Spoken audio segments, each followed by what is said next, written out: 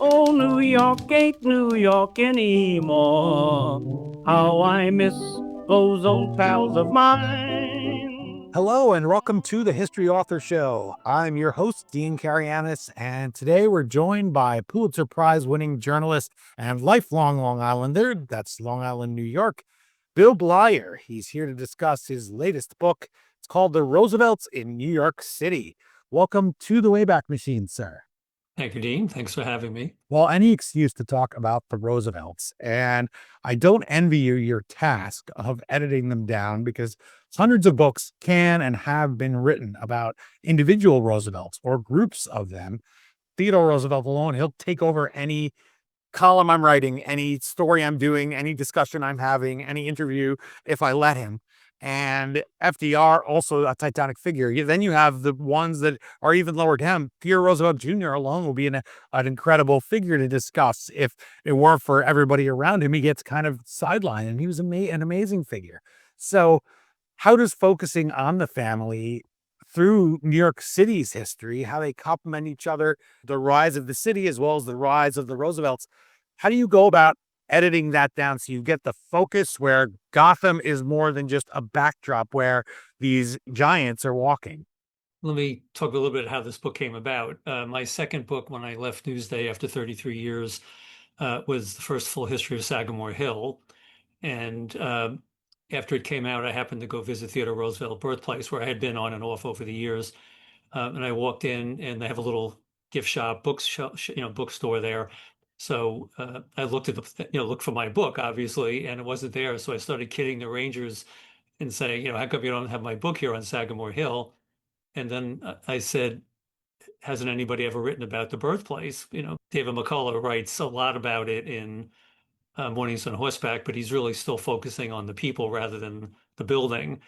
The same thing with Sagamore Hill. People have written about it in all kinds of TR books about Sagamore Hill as a backdrop, and nobody had ever talked about the history of the house, the history of the property, sort of making the site the focus rather than the family. So I sort of flipped it for that. It tells the story of the family in TR, but I don't deal when they're in Washington or away from Sagamore Hill.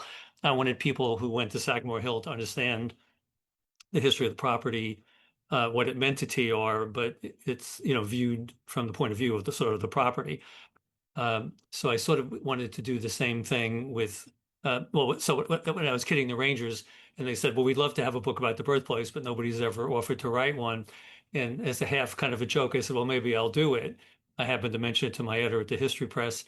He said, that's a great idea. We should do it, but we shouldn't just do the birthplace. We should do both branches of the family. So we should talk about Roosevelt House up on 65th Street, owned by Hunter College. And then I had the idea that I said, well, why don't we talk about every site we can identify in the city with a Roosevelt connection?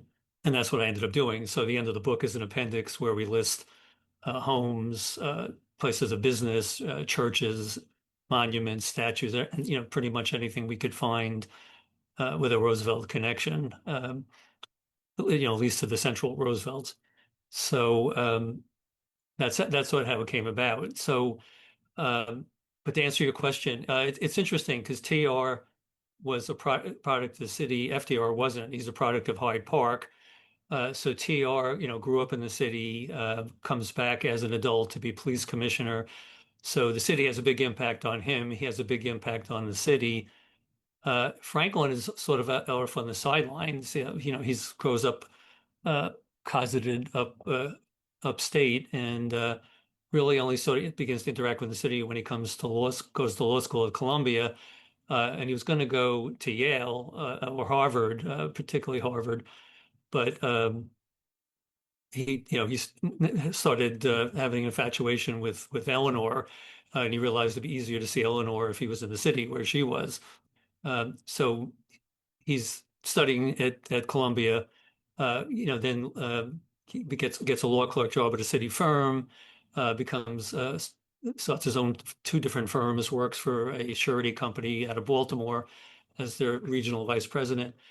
But he really has no impact on the city other than he's living there, um, and he's giving speeches and things as his political career is evolving. but it'd be hard to make a case that Franklin really has an impact on the city, unlike TR. He runs for mayor too, Theodore Roosevelt. So As a Republican, which he knew when he did it was kind of fruitless activity. I mean, as president, Franklin has an impact on the city through the New Deal, in particular, the main building at Hunter College, around the corner from their townhouse burns down, and he arranges for the New Deal to fund a new building, and eventually, gets his own train there under the Waldorf Astoria. So yeah. not everybody can say that they have that. These are the kind of things you have to edit out as you're writing. You have to get this all down, and you have 400 years of history to cover and all these roots to untangle. But your editor then says, why don't you also write about this house? Why don't you also write about that house? How many of these places were there that you were already familiar with? For instance, I was fortunate when they were doing the restoration of Sagamore Hill to walk through it and be down there on the ground and stand under those big tusks and do all of those things. You can walk around, you can really see it. How many of these places still exist? And how many were just ones you had to go dig for photographs of to flesh out your book? The only place I was really aware, I mean, I knew about the Museum of Natural History, the TR connection, and the fact that they had the monument out front with all the animals and everything, and the statue that was later removed for being racist. So I knew about the birthplace. I knew about the Museum of Natural History. Pretty much everything else I discovered when I started researching the book. I didn't even realize that Roosevelt House was up on 65th Street, owned by Hunter College, until my editor mentioned it. I grew up in Oyster Bay area, going to Sagamore Hill as a kid. Covered Sagamore Hill from the local weekly paper and then for Newsday. So I've always sort of been connected to the Oyster Bay branch, and as a general history buff, I knew about a lot about Franklin, but not and Eleanor, but not a huge amount. And I didn't even realize they had lived in the townhouse shared with Sarah until my editor mentioned it. And it's kind of surprising. As I say in the book, there's only two places connected to either of the Roosevelt presidents still in New York, surviving in New York. There's the Roosevelt House, owned by Hunter, and then Draper House, where they lived when they first got married. And then there's some tangential things, like Eleanor rented an apartment in Greenwich Village in a building right on Washington Square, which is now owned by NYU, that you can go visit by appointment.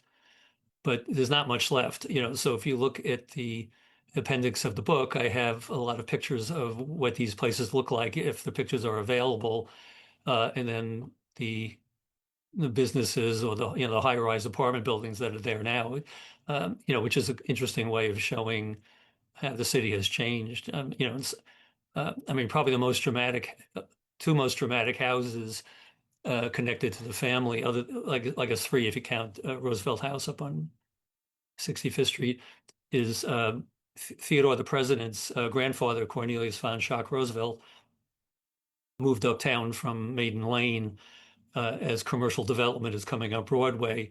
And he was the first millionaire in the family, one of the richest people in the city, and builds this spectacular townhouse right on the corner of Broadway and 14th Street, across from Union Square. And that house is famous because young Theodore and his brother Elliot watched Lincoln's funeral parade from a window in the house, and there's a photograph of that, which I have in the book.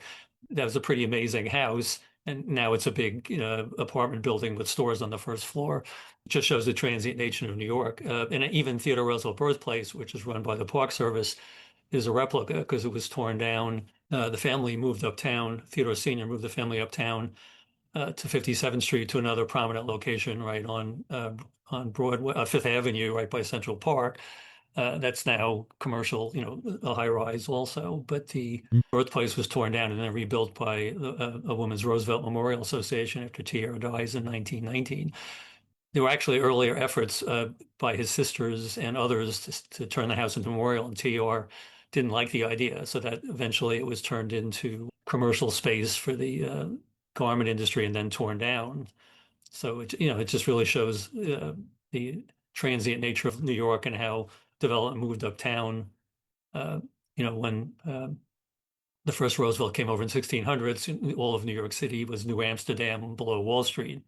And the family moves uptown, has a big impact on the city, starting with the second generation. They're all involved in city government.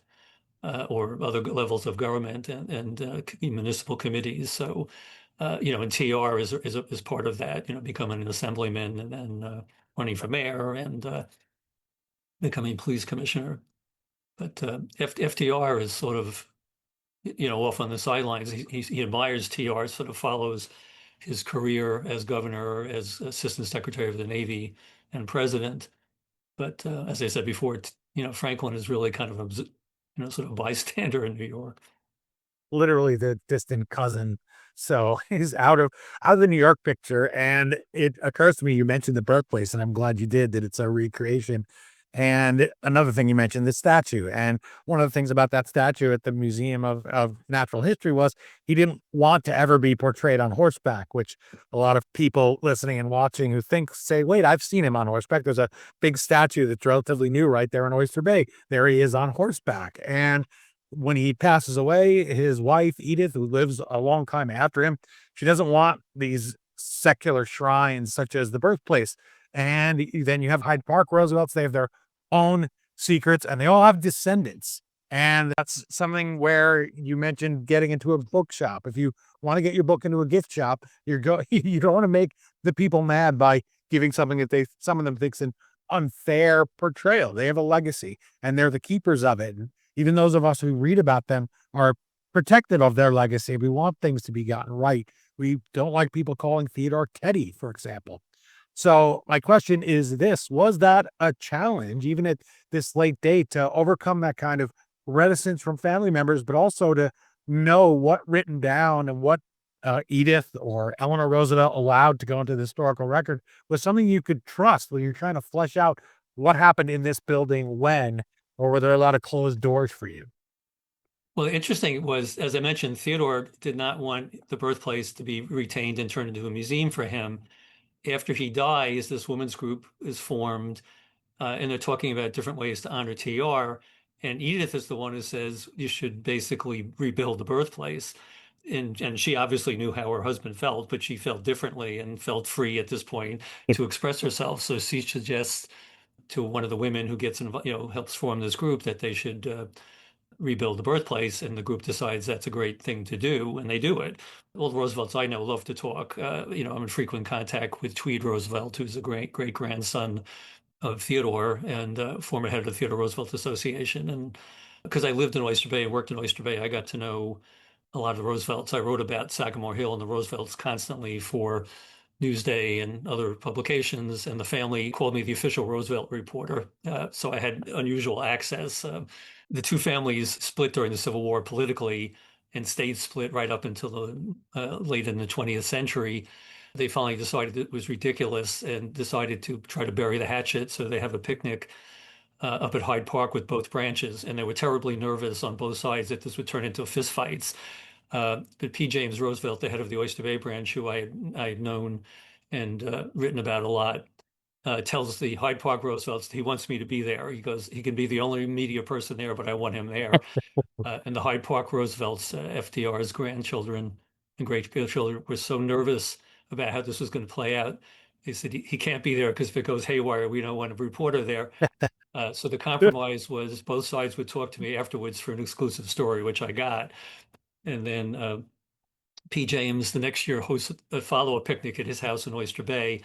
And one of the ground rules was that I would be there able to attend. And the Hyde Park people said fine, because it went okay the first year. So they were pretty open. The one part of the family history that was closed, it's hard to believe that there's another Roosevelt as interesting as TR. But there is. It's his uncle Robert, who lived next door on East 20th Street as a child.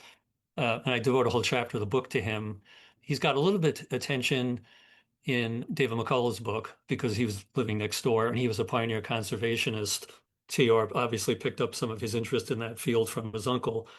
Nicholas Roosevelt, a descendant, wrote about him in his autobiography back in the 50s, but never had been a lot of treatment of Robert because he was the black sheep of the family. He was a conservationist, a congressman, crusading newspaper editor, reformer who helped get rid of Boss Tweed, did all kinds of interesting things.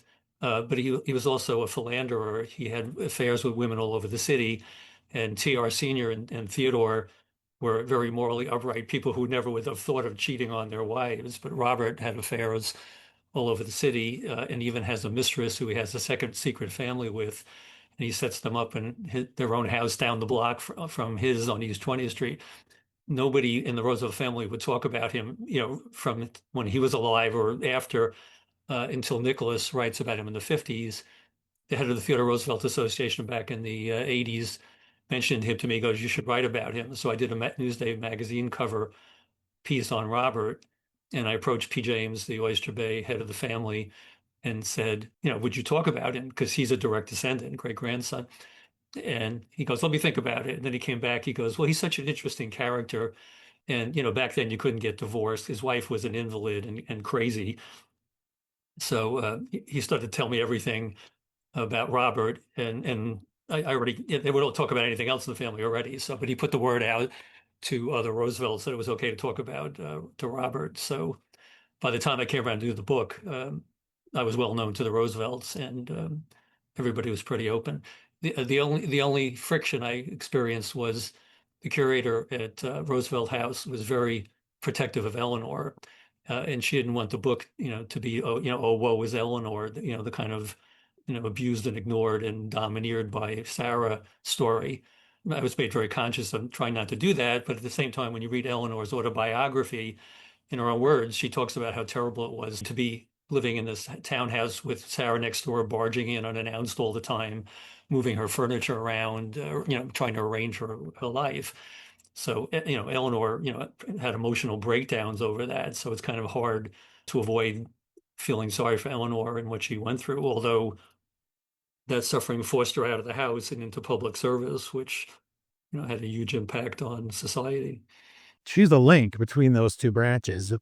Physically, of course, she's TR's niece. So you have his niece, and then you have Franklin, who's a fifth cousin, and he's at the White House. Just there's no other story. We have other big political families, but there's no other two that are so entwined. And you look at Theodore Roosevelt, and there's so many avenues you can go down. Then you look at her, you look at FDR, Eleanor and FDR, and some of the others. It's easy to lose track of them. And then you speak of these places like at Hunter College, which you talk about in the Roosevelts in New York City. You just talked about now that, as well as the Hyde Park House, the Sagamore Hill, the rebuilt birthplace.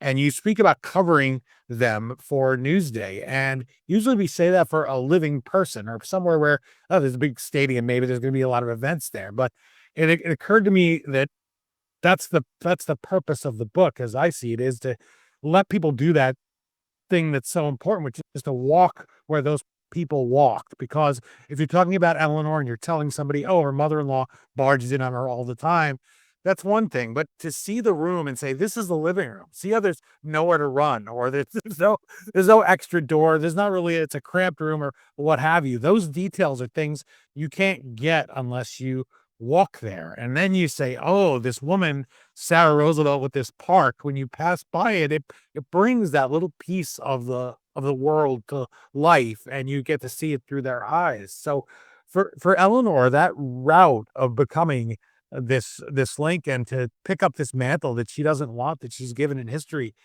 what do we learn from New York City and her being shuffled around and really unwanted, untaken care of because her parents just can't do it? What do we learn about her story from the Roosevelts in New York City? There's a lot of biographies of Eleanor and Franklin and Theodore. So, she fits into the, reverse point of view that I did of looking at the sites and then the people through the sites. But she's all over the place in Manhattan. I mean, physically now you can go up to Riverside Park and there's a beautiful statue of her, another monument at the UN where she played an important role as a UN American delegate. But you can trace her family, you can see this, the school where she taught and was a co-owner. You can see the churches she went to. You can see all the different places she lived, and the apartment, her last apartment that she shared with a friend and the friend's husband, is still there.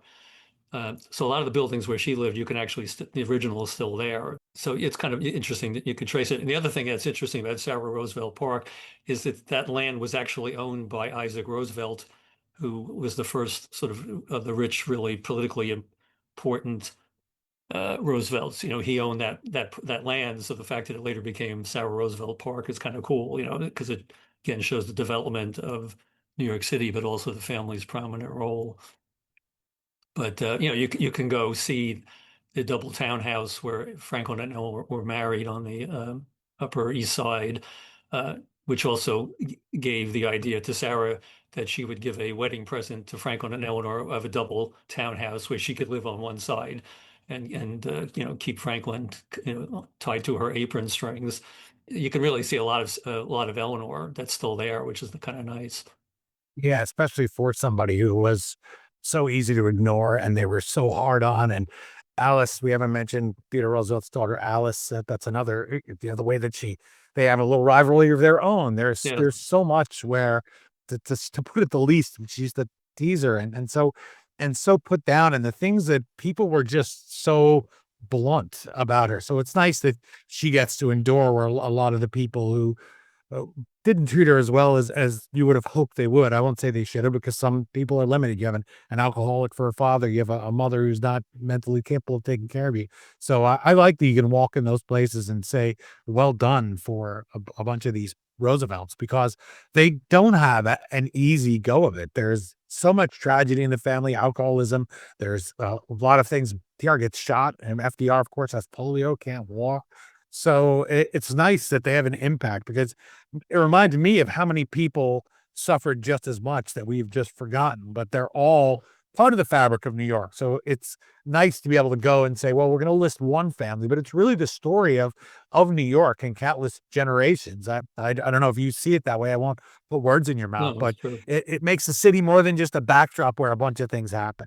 Yeah, and I really got I knew a lot about Eleanor, but really digging down into her life, to fit her into the different sites, I got a much better appreciation for how miserable her life was, and how she overcame that and became such an important person. But her father jumps out of alcoholic, is shunned by the family, jumps out of a window and kills himself or is killed. Her mother thought she was an ugly duckling and ignored her. Father adored her, but wasn't around because he was drunk.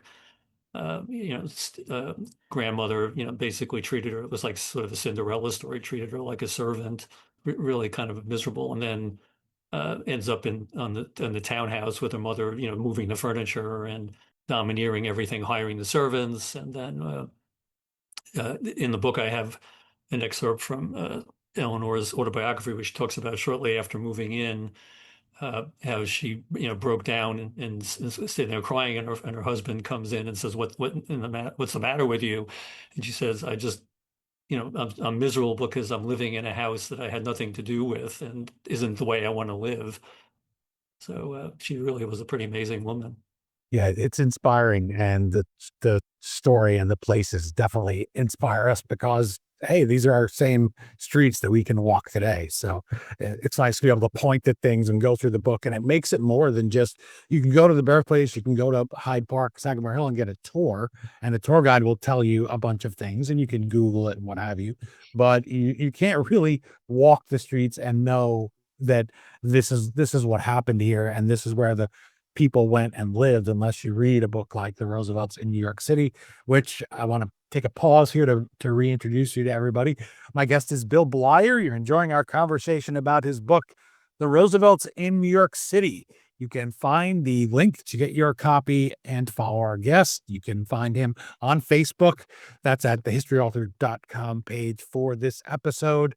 The book, writes the great South Bay News, is about the Roosevelts' time in New York City, but it's about the New York City of another time, unquote.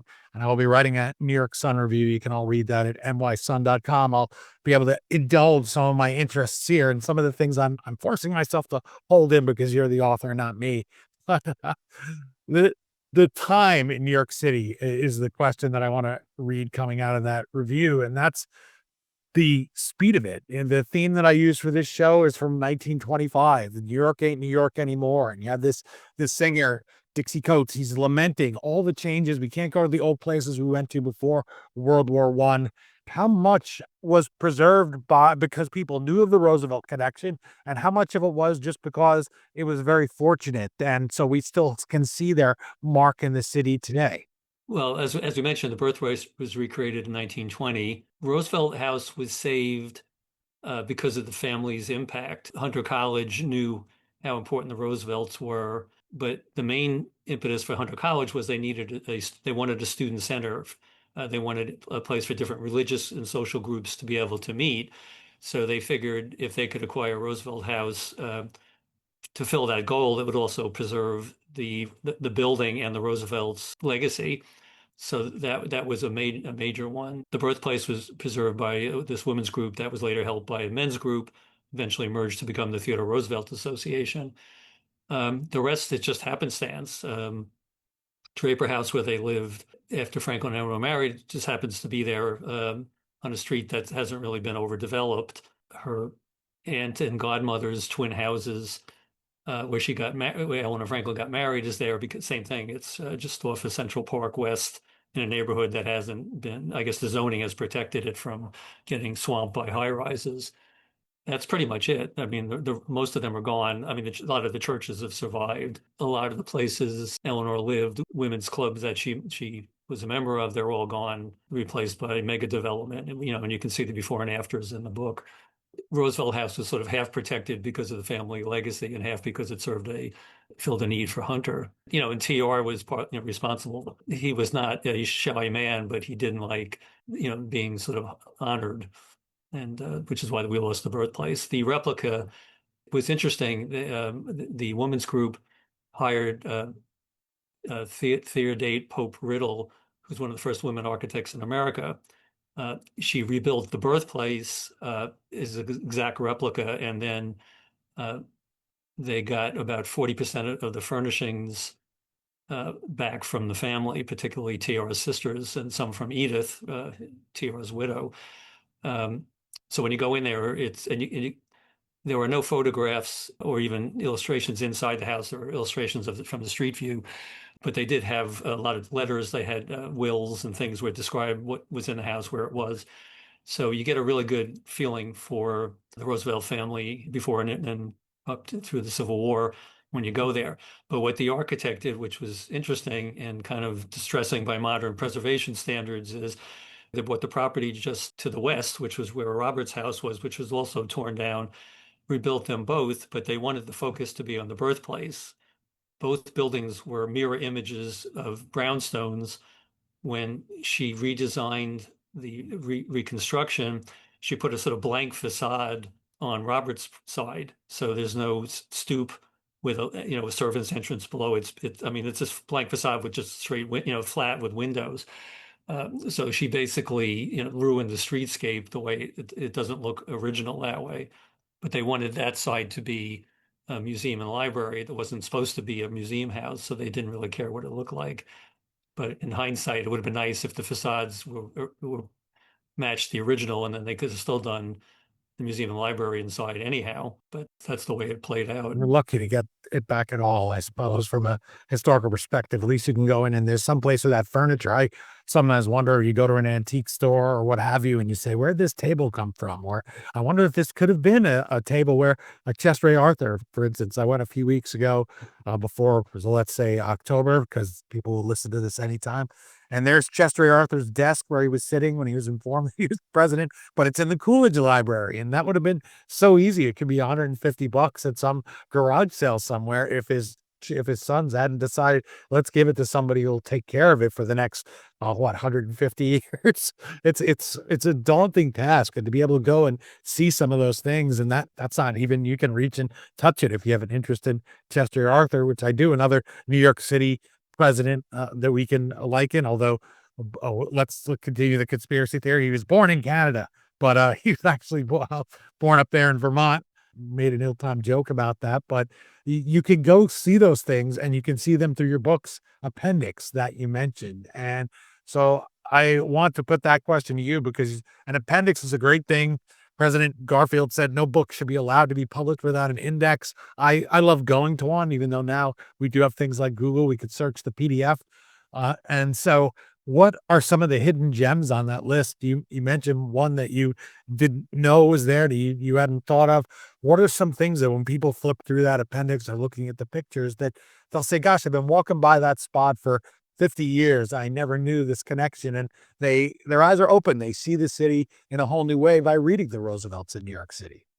Yeah. Well, I just want to go back to the birthplace one Go ahead. second because they did a pretty amazing job, and they in recreating the birthplace side, and you really get a sense for it. I mean, it's just a cool place to go. It's kind of high Victorian, mid 19th century house.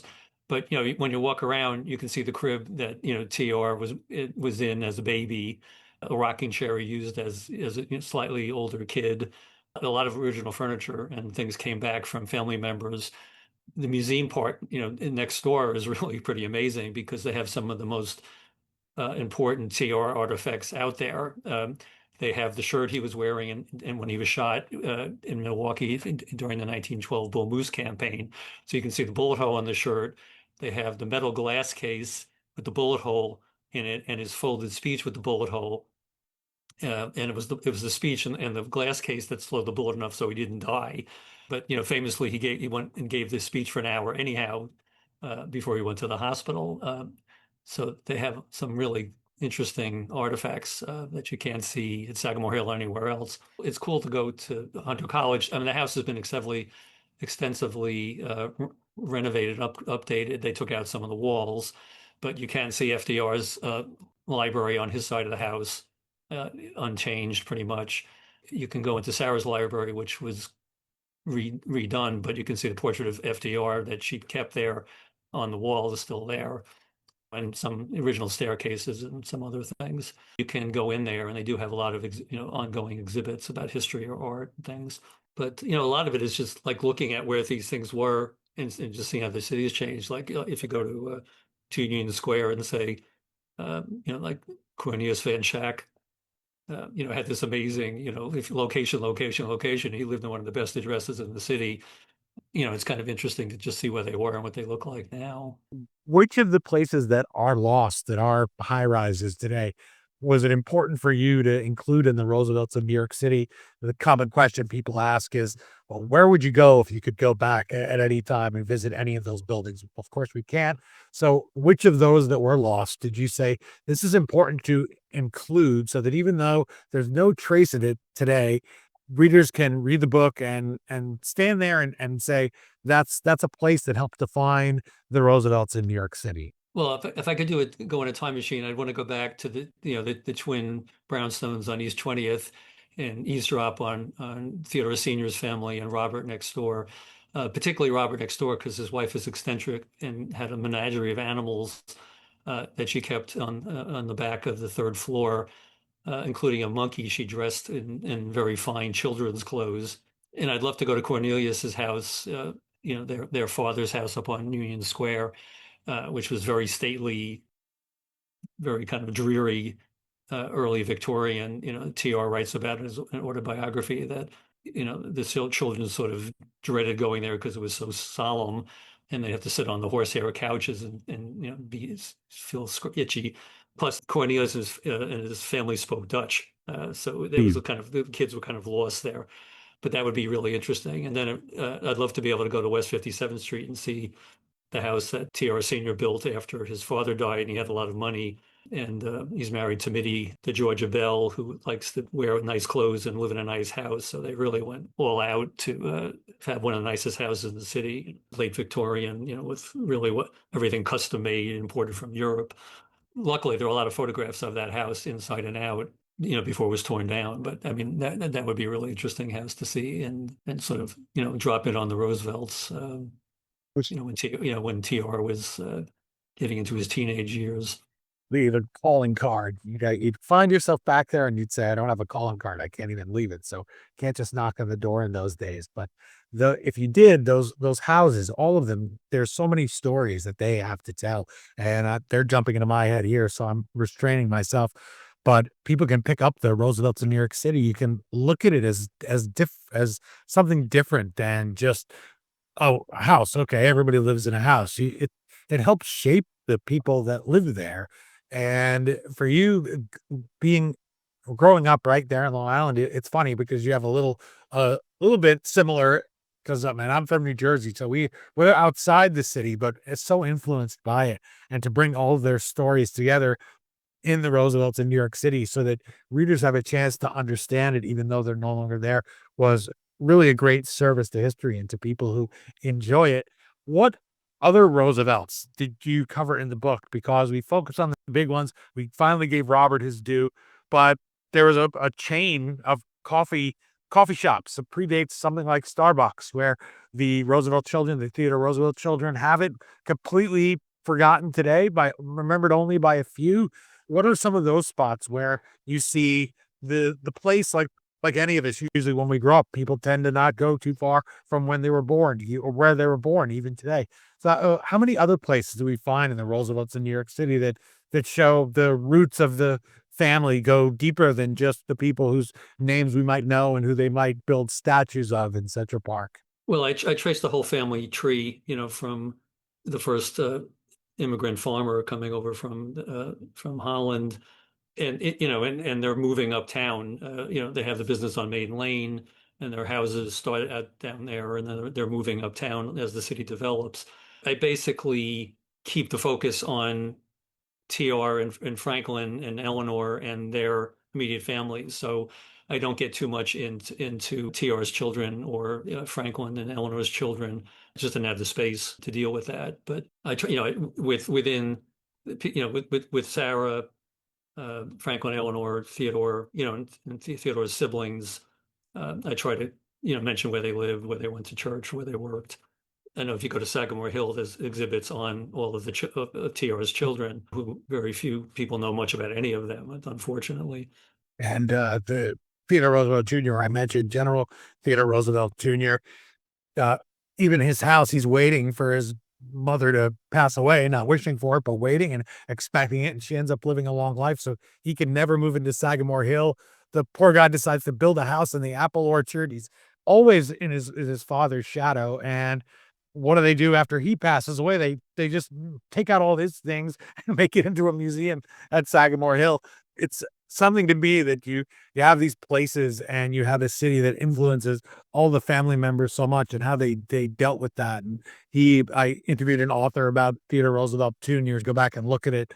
And in those days, you even dropped the junior, and he couldn't do that because it was just too confusing for Theodore Roosevelt Jr. So he's one. When I see that house, I think of it and I say it's more than just a building that they threw up maybe to house all of these things. These are places where, just like the book, it's in a physical sense, a place is so special and something you can learn things you can't learn from anywhere else when you know a little something about it. So when you write this book and you bring it to people, you explain the genesis of it before, the Roosevelts, they're a compelling family. And so I want to wrap up with that whole idea of looking at places and thinking of the people that live there and how they influence each other, especially a great family and a great American city in New York City. So what's your pitch to readers? Why should they pick up your book and learn how the people influence the place and vice versa? Get a different view of the Roosevelts than you get maybe from just going on a tour or watching a documentary. Well, as I said, I basically sort of flipped the normal history on its end, because usually it's when with all the Roosevelts, it's the people, and then the locations, the places that connected to them is sort of the backdrop. And I just flipped it around to try to tell the story, the places, and I certainly tell the people's story along the way. But it's like when my Sagamore Hill book, I wanted people that went there to really understand the whole property, the history of the property, the family's interaction with the property. It's essentially a tour book, but it serves that purpose. And the same thing with this is, if you want to go to the city, if you're in the city and you want to get a sense of where the Roosevelts functioned in that city, you can do that. You could actually take the appendix and spend a day. I did that. I went from site to site taking pictures for the book, but you can take the book now and sort of work your way uptown from Maiden Lane up to Riverside Park and sort of trace the family history that way and see how they interacted with the city as the city developed and is moving uptown. Their story, they move steadily through New York, which is something you could do through the book, The Roosevelts in New York City, and then follow them on to Washington in other books, including from Bill Bleyer, our guest today, author of The Roosevelts in New York City. Thanks so much for sharing this story with me. me today. I hope everyone finds their Roosevelts as compelling as I do. I did my job by holding back some of that info, but it's all out there to discover. And what a great way to do it, by looking at the places first and then at the people. Whole new perspective. You turn little figures in history sometimes and you see them in whole new ways. So I encourage anyone who wants to learn more about this special relationship, whether it's you want to learn more about the Roosevelts or more about the streets where you live in New York City, you can find the spot where the bar was, where that barkeep who shot Theodore Roosevelt that Mr. Bleyer mentioned here, you could find that, and you can locate all of those stories, and you have a different connection there with New York City. And even if you never visit New York City, you have a different connection, understanding of the Roosevelts, how they became this family that we're still talking about today. Whereas poor Franklin Pierce's birthplace is buried under a man-made lake. So it's not that easy to have an impact on the land and on the city. So thank you so much, Mr. Bleyer. You've done a service to history, and I'm really glad that you took the time to speak with us today about the Roosevelts in New York City. Thank you, Dean. It was fun. Again, the book is The Roosevelts in New York City. As always, you can find the Amazon link to purchase your copy at thehistoryauthor.com page for this episode.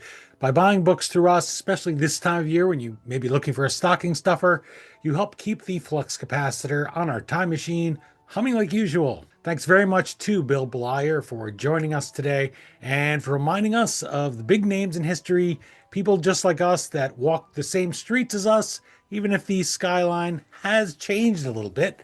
They've lived in the same places, they've gone to the same restaurants in some cases, and it's so easy to forget that when we see them just as dusty figures in history books. So really appreciated this book that reminds us that we're part of the American story, and we're part of the New York City story. For walking in New York City, we're walking in their footsteps.